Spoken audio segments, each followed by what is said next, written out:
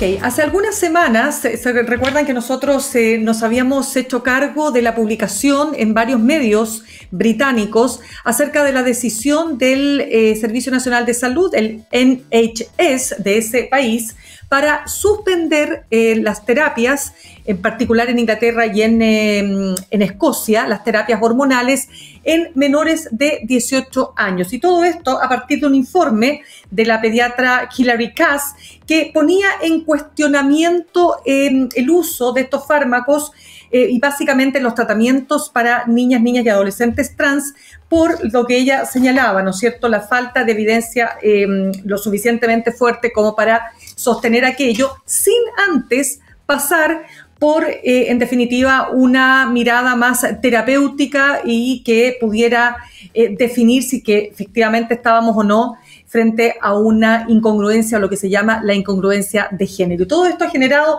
un fuerte debate en el mundo, pero también en nuestro país. Y queremos abordar este tema, pero desde la perspectiva del Ministerio de Salud, y por eso vamos a conversar a esta hora con la subsecretaria de Salud Pública, Andrea Al-Bagli. Subsecretaria, ¿cómo le va? Muchas gracias por estar con nosotros esta tarde en Sin Pretexto. Un gusto estar acá en esta conversación, así que muchas gracias a ti, Mirna, por esta invitación. Subsecretaria, el programa de acompañamiento a la identidad de género que nació en el año 2018, todo esto a partir de una ley que fue además iniciativa de la administración del presidente Sebastián Piñera, reconoce y da derechos a la protección de la identidad de género, pero ahí quiero entrar, porque quiero preguntarle qué responsabilidad, cuál es el rol que cumple el Ministerio en darle cumplimiento precisamente a esta ley. Efectivamente, como bien mencionas, en el 2018 se promulga la Ley de Identidad de Género, que lo que hace es reconocer y proteger el derecho de las personas a su identidad de género. Para esto es útil hacer una precisión de recordar que todas las personas tenemos identidad de género. Algunas personas tenemos una identidad de género que coincide con nuestro sexo biológico, y esas son las personas cisgénero, y hay personas cuya identidad de género no coincide con su sexo biológico, y esas son personas transgénero, pero todas las personas tenemos identidad de género. Y lo que hace esta ley es resguardar y proteger ese derecho.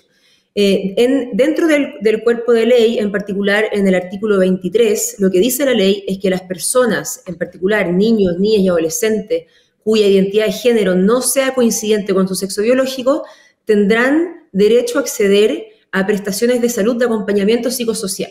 Y eso es lo que le da fundamento al programa de acompañamiento de identidad de género, que es la responsabilidad del Ministerio de Salud para poder dar respuesta a este mandato que le entrega la ley, que es, así como si pudiera resumirlo en términos muy simples, es otorgarle a las personas y también a sus familias, no solamente a quienes estén en una transición de identidad de género individual, sino que también a su entorno social y familiar, un espacio seguro para poder tener una conversación sobre todos los tipos de temores y preguntas y dudas que hay que pasar cuando se está pasando por esta etapa de exploración identitaria. Subsecretaria, y en este marco, ¿cómo recibe el Ministerio de Salud y particularmente su cartera esta polémica que se inicia en el Reino Unido a partir de este informe de la pediatra Hilary Cass?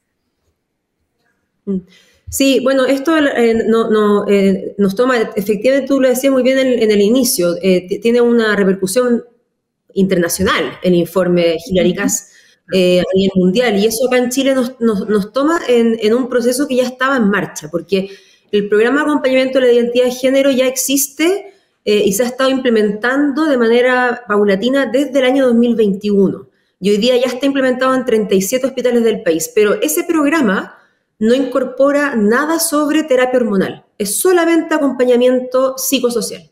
Entonces, desde el año pasado, a comienzos de año 2023, el Ministerio de Salud estaba levantando un trabajo de revisión de la evidencia sobre la terapia hormonal en personas trans en general y en particular en menores de 18 años. Entonces ya llevábamos como 1 año y medio trabajando en esto para poder ofrecerle lineamientos específicos que hoy no existen en el país sobre cómo entregar terapia hormonal a adolescentes trans. Y estábamos en ese trabajo cuando se publica el informe Hilary Cass y que efectivamente, evidentemente, se transforma en un punto de inflexión, como lo fue a nivel internacional, como decía, y nosotros lo que hicimos fue continuar con ese trabajo y, sobre todo, ampliar la conversación, sumando más actores a esta reflexión para poder ofrecerle a Chile lineamientos técnicos en esta materia.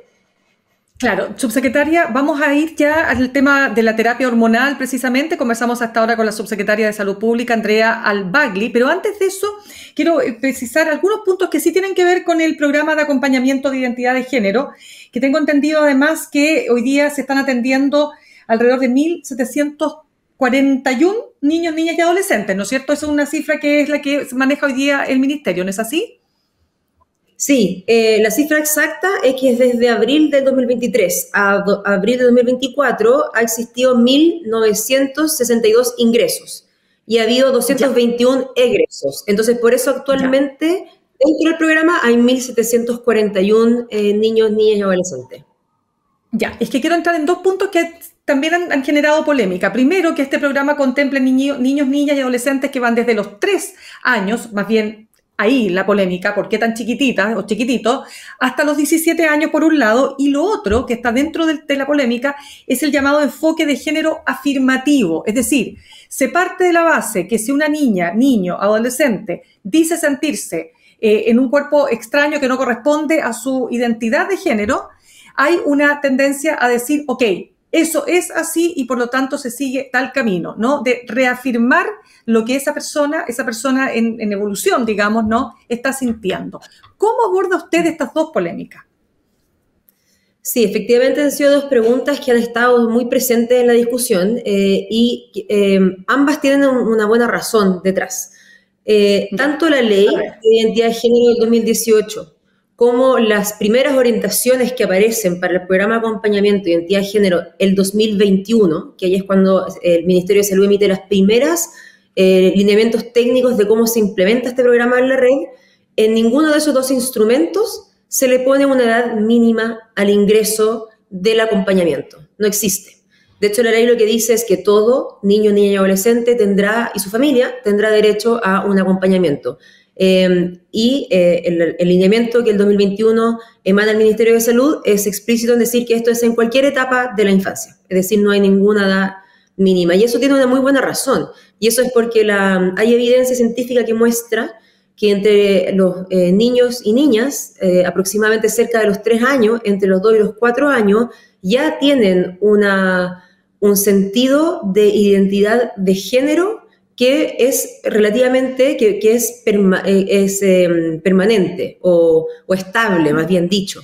Y esto es cierto tanto para niños y niñas que sean cisgénero, como también para aquellos que pueden ser transgénero. Como decía, todas las personas tenemos identidad de género. Esto no quiere decir que la identidad de género se fije a esa edad, porque de hecho la identidad de género puede ser dinámica y puede variar a lo largo de la vida, pero lo que sí dice es que a esa temprana edad puede plantearse la pregunta sobre la identidad de género y entonces pueden haber niños y niñas que a los 3 años estén manifestando a través de una expresión de género distinta a lo esperado culturalmente, a su sexo biológico, que por ejemplo pudiese hacer que una familia quiera recibir algún apoyo y acompañamiento para poder saber cómo abordarlo de un modo saludable y acogedor en el núcleo familiar. Entonces, es por esto que no se pone ninguna edad mínima, porque sea más o menos frecuente que la pregunta por la identidad de género o el acercamiento hacia una identidad de género trans se dé a los 3 o los 4 años, la verdad es que se puede dar a esa edad, y si eso ocurre, nuestra responsabilidad como Ministerio de Salud es poder ofrecerle un espacio seguro a todas las familias y todas las personas que estén en ese proceso. Ahora, evidentemente, 2 distinciones acá. Uno, yo creo que es cualquier persona muy de sentido común entendería que un niño o niña de 3 años no va a llegar solo a un hospital, ni de 4 años tampoco. Entonces ahí lo que estamos hablando es que cuando son edades tan tempranas, en realidad son las mismas familias que se acercan al programa para pedir acompañamiento. Y nuestra responsabilidad es poder darles acompañamiento a todas las familias que lo requieran, ¿sí? Sí, subsecretaria, aguánteme un segundito para dejar claro, cuando hablamos de cisgénero, para todos los que nos están escuchando y viendo hasta ahora, estamos hablando de cuando efectivamente no hay una incongruencia entre el cuerpo biológico y la identidad de la persona, es decir, el niño nació niño, se siente niño, la niña nació niña, se siente niña, eso sí es cisgénero, para que quede claro, porque de repente uno se confunde con los conceptos. ¿Qué pasa con el Perfecto. enfoque afirmativo? Que ahí hay una discusión que se instala, ¿no? En terapeutas que dicen que hay una tendencia a reforzar la percepción que tiene en ese minuto la niña, adolescente, antes de evaluar, pesquisar, esperar, incluso algunos dicen falta esperar a ver si lo que le está ocurriendo no es que esté en una situación de transgénero, ¿no? Sino que es simplemente un desorden o algún tipo de situación propio de la pubertad, en fin, de la adolescencia o incluso de etapas anteriores. ¿Cómo observa usted esa discusión? Sí, yo creo que acá hay una cierta confusión en la definición de qué significa una terapia género afirmativa. Una terapia género afirmativa o una aproximación género afirmativa, lo que significa es que se aproxima a una persona que está en una exploración identitaria sin patologizar su identidad de género. Eso es la principal definición. Y de hecho, es por eso que en las orientaciones técnicas que el Ministerio de Salud publica en 2021 explicita que ese es el enfoque del programa de acompañamiento de identidad de género, porque también es la manera en la cual puede ser consecuente con los principios que están en la ley de identidad de género, que uno de los principios es de no patologización. Es decir, si se acerca a una persona cuya identidad de género es transgénero, la responsabilidad del acompañamiento psicosocial es ser muy claro en decir que eso no constituye una patología y que la persona tiene total libertad de su autonomía para definir y explorar su identidad de género. Entonces, eso es lo que significa.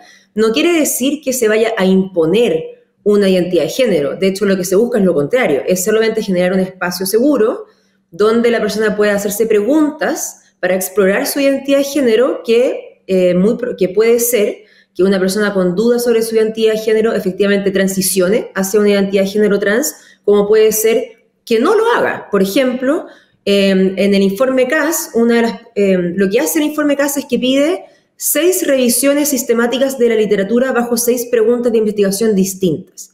En uno de estos estudios hay un resultado que es súper interesante que toma 143 estudios que reflejan la realidad de 17 países. Y lo que hace acá es hacer como un análisis global de qué ocurre con todos los adolescentes o los niños que son derivados a servicios de acompañamiento de identidad de género. Y lo que muestra es que de aquellos, 60% han dado pasos para transicionar a una identidad transgénero. Y por ende, 40% no. Y tiene una identidad cisgénero hacia el final de ese acompañamiento. Entonces, acá lo que quiero evidenciar es que la terapia con enfoque género afirmativa lo que quiere afirmar es el derecho de autonomía de las personas. No es terapia trans afirmativa, como se le ha llamado en ocasiones, que eso lo que sugiere es como que hubiese oposición. De hecho, lo que se quiere, como quizás a veces ayudan los contrastes para explicar. El gran contraste que hay que hacer acá es que previamente lo que se hacía ante una persona de identidad trans era, la verdad, la franca terapia de conversión, que era bajo una conceptualización de que es patológico tener una identidad de género trans. Entonces el deber de esa terapia era imponer, más bien cambiar y modificar la identidad de género de esa persona. Eso es lo que se hacía antiguamente. Y es lo que estamos corrigiendo ahora bajo el entendimiento de que efectivamente la identidad de género trans no constituye una patología, es un derecho de las personas, y es por eso que el enfoque género afirmativo lo que busca es no imponer nada, no imponer una cierta identidad de género, sino que sencillamente permitir en un espacio que no patologice la exploración identitaria de las personas. Perfecto. Conversamos a esta hora con la subsecretaria de Salud Pública, Andrea Abagli, Al-Bagli, perdón. Subsecretaria, entremos en otro de los temas que también ha sido parte no solo del informe de Hillary Cass, sino también de las controversias que se producen, tanto entre polémicas o discusiones entre terapeutas como también en el plano político. La famosa terapia hormonal, ¿no es cierto? Los bloqueadores hormonales o lo que se han llamado lo que son los supresores puberales, ¿no es cierto? Y la hormonización cruzada. A ver, explíquenos primero que nada si el Ministerio tiene algo que ver ahí y qué significa cuando hablamos de ambos tipos de tratamiento. Ya, la terapia hormonal efectivamente, como tú dices, tiene dos componentes. Uno es el bloqueo puberal. Y el objetivo del bloqueo puberal es que cuando un adolescente, ya comenzando su pubertad, lo que eso significa es que comienza a desarrollar los caracteres sexuales secundarios.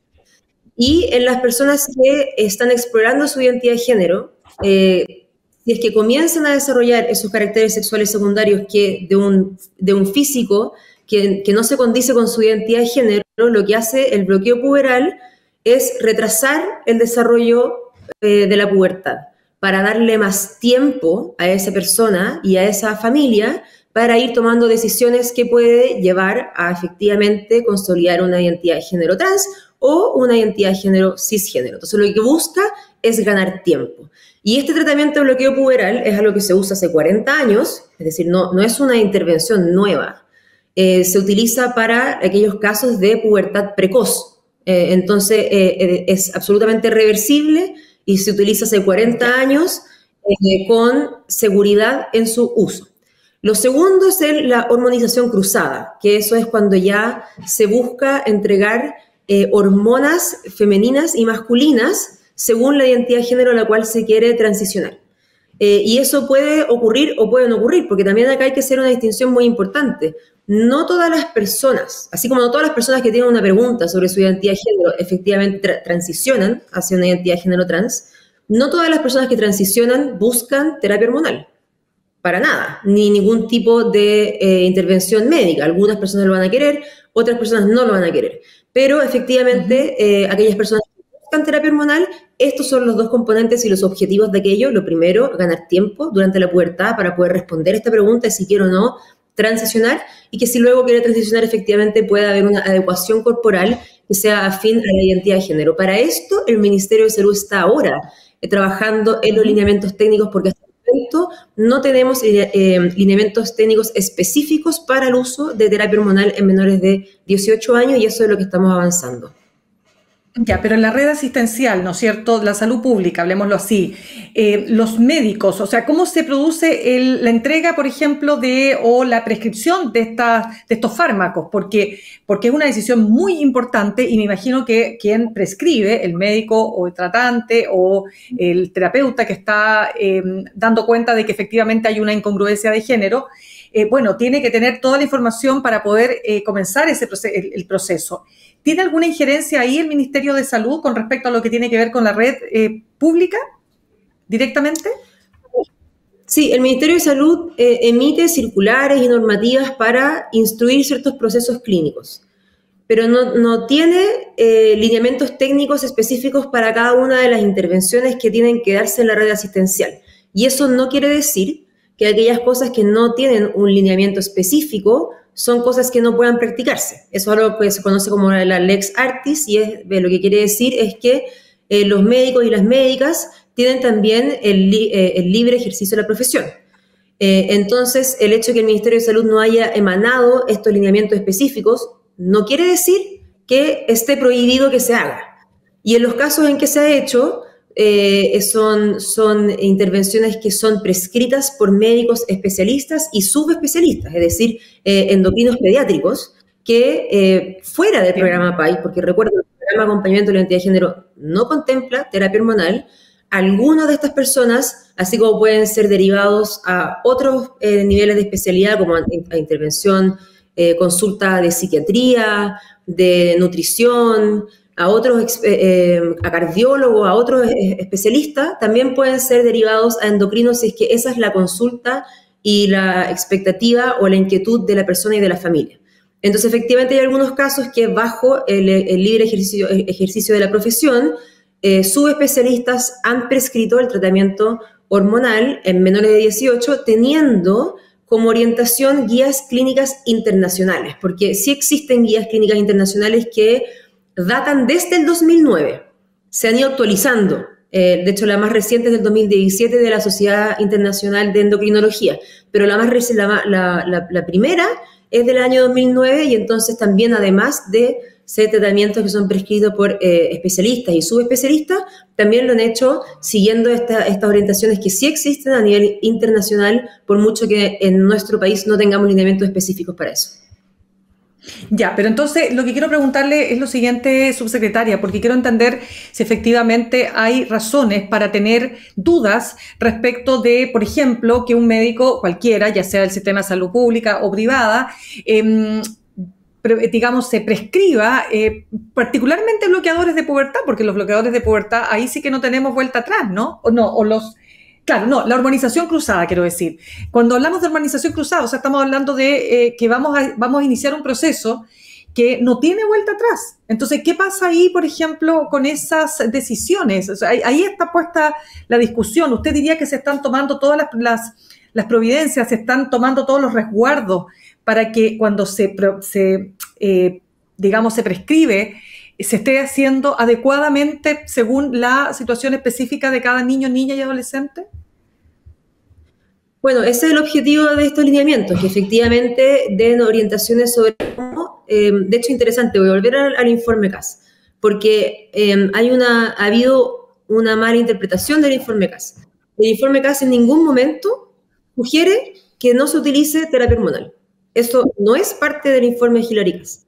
Lo que sí dice el informe Hilary CAS es que hay que priorizar las intervenciones psicosociales, y eso es lo que hacemos con el programa de acompañamiento de identidad de género, y lo otro que dice es que hay que ser muy prudente en la aproximación a la terapia hormonal, lo cual es evidente.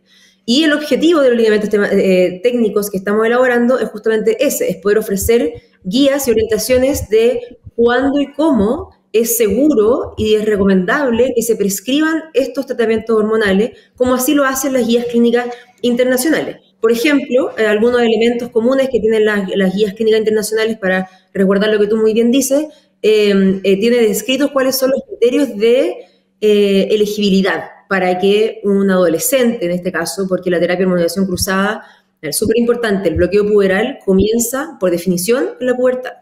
Entonces, yo tengo la sensación de que la discusión pública se ha instalado como una concepción errada de que se le entrega hormonas a niños, y eso sencillamente no es cierto. O sea, la terapia hormonal de bloqueo puberal comienza por definición en la pubertad, en particular más allá de la edad, en la etapa de la pubertad que está una persona que se maneja con las escalas de Tanner, que es del 1 al 5, y en la etapa puberal, la segunda, la etapa 2, es cuando se sugiere que se inicie el bloqueo puberal, ya sea por pubertad precoz o en caso de que se quiera utilizar para entregarle más tiempo de decisión a una persona con dudas sobre su identidad de género. Y la hormonización cruzada se prescribe entonces en edades más tardías de la adolescencia, cerca de los 16 años en promedio. Entonces, cuando ya también hay un nivel de madurez mayor. Y hay varios criterios entonces de elegibilidad para poder prescribir esto de una manera garantizando ciertos resguardos de seguridad. Uno de ellos, por ejemplo, es que exista esta discongruencia entre el sexo, la identidad de género y el sexo biológico, que sea persistente en el tiempo. Eso es uno de los criterios. Entonces, eso que es uno de los criterios mínimos, que exista consentimiento informado, que se pueda comprobar que la persona tiene capacidad de dar su consentimiento informado, que entiende los potenciales riesgos que implica, porque también tampoco hay tanta claridad de los riesgos que puede significar la hormonización cruzada. Y eso es efectivamente una de las conclusiones del reporte de Hilary CAS, que no hay evidencia que compruebe a ciencia cierta que existen riesgos irreversibles con el uso de terapia de hormonización cruzada. Puede ser. O que es completamente inocuo, o es completamente inocuo también, que no es tan inofensivo. Por eso que es tan importante, subsecretaria, este tema. Subsecretaria, se nos va acabando el tiempo, pero una pregunta que quiero hacerle acompañando esto, ¿no? ¿Qué pasa cuando una mamá, un papá, padres, madres, no quieren simplemente, digamos, aceptar que su hija o hijo está con una situación de posible incongruencia de género? ¿Qué ocurre ahí? ¿Cómo responde el Estado? Porque hay un deber también del Estado de hacer cumplir, además, la ley, ¿no? Y la protección de estos niños, niñas y adolescentes. ¿Qué ocurre? Sí, mira, yo primero quiero hacer un punto de que ver, quiero que es súper importante que cuando una persona está transicionando en su identidad de género o se está planteando la pregunta, eso hace que para esa persona surjan un montón de dudas, de inquietudes, de emociones conflictivas que son difíciles de manejar, de incluso reticencia de la misma persona, y por eso es que esa persona requiere de un espacio seguro. Y yo acá quiero ser muy clara en que es natural que eso también pase a su núcleo familiar. Es decir, es muy natural que los padres y cuidadores de un niño, niña o adolescente que está transicionando también tengan emociones que son complejas, que tengan dudas, que tengan inquietudes, que tengan miedo incluso, que tengan miedo de, por ejemplo, que se puede exponer su hijo o su hija si es que tiene una identidad de género trans. Y todas esas emociones, primero que todo, tienen que ser validadas. Nadie puede enjuiciar una reacción emocional y es por eso que el programa de acompañamiento de identidad de género se orienta para las personas, pero también para sus familias, para entregarle a las familias también un espacio seguro donde puedan plantear estas dudas y elaborar emociones complejas para poder reafirmar y transformar de ese espacio familiar un lugar seguro para la persona que quiere transitar en su identidad de género y entregarle acompañamiento psicológico, psicosocial también a su familia. Entonces yo lo que le diría a un papá, a una mamá, a un cuidador que está en este proceso, es que esta oferta de acompañamiento psicosocial también está disponible para ellos, para acogerles y para orientarles en cómo acompañar de una manera segura y resguardada a su hijo o hija que esté transicionando. Andrea Albacli, subsecretaria de Salud Pública, muchas gracias por su tiempo con Simple Texto esta tarde. Muchas gracias a ti, Mirna, un gusto.